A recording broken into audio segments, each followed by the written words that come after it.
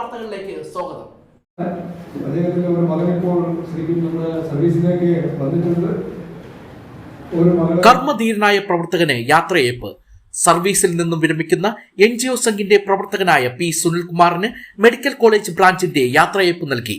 Branch പ്രഭാരി Boban അധ്യക്ഷത വഹിച്ച യോഗത്തിൽ ബ്രാഞ്ച് സെക്രട്ടറി കുമാർ സ്വാഗതം ആശംസിച്ചു. മുൻ മിസോറാം ഗവർണർ കുമ്മനം രാജശേഖരൻ ചടങ്ങ് ഉദ്ഘാടനം ചെയ്ത് സുനിൽകുമാറിനെ ആദരിക്കുകയും ചെയ്തു. NGO സംഘ് പട്ടം ബ്രാഞ്ച് സെക്രട്ടറി എന്ന പദവിയിൽ തുടങ്ങി സംസ്ഥാന സെക്രട്ടറി, സംസ്ഥാന പ്രസിഡന്റ്, ഫെക്ടോ സംസ്ഥാന പ്രസിഡന്റ്, RRKMS അഖിലേന്ത്യാ ഉപാധ്യക്ഷൻ തുടങ്ങി സംഘടനയുടെ വിവിധ തലങ്ങളിൽ പ്രവർത്തിക്കുകയും ജീവനക്കാരുടെ നിരവധി അവകാശങ്ങൾക്ക് വേണ്ടി പോരാടുകയും ചെയ്ത അദ്ദേഹത്തിന്റെ സേവനം തുടർന്നും സമൂഹത്തിന്റെ വിവിധ മേഖലകളിൽ പ്രതിഫലിക്കേണ്ടതുണ്ടെന്ന് ഉദ്ഘാടന പ്രസംഗത്തിൽ കുമ്മനം രാജശേഖരൻ പറഞ്ഞു. സാലറി ചലഞ്ച് വിഷയത്തിൽ സുപ്രീം കോടതി വരെ നിയമ പോരാട്ടം നയിച്ച് ജീവനക്കാരുടെ ആത്മാഭിമാനം സംരക്ഷിച്ച വിധി നേടിയെടുക്കുന്നതിൽ അദ്ദേഹം വഹിച്ച പങ്കും യോഗത്തിൽ അനുസ്മരിച്ചു.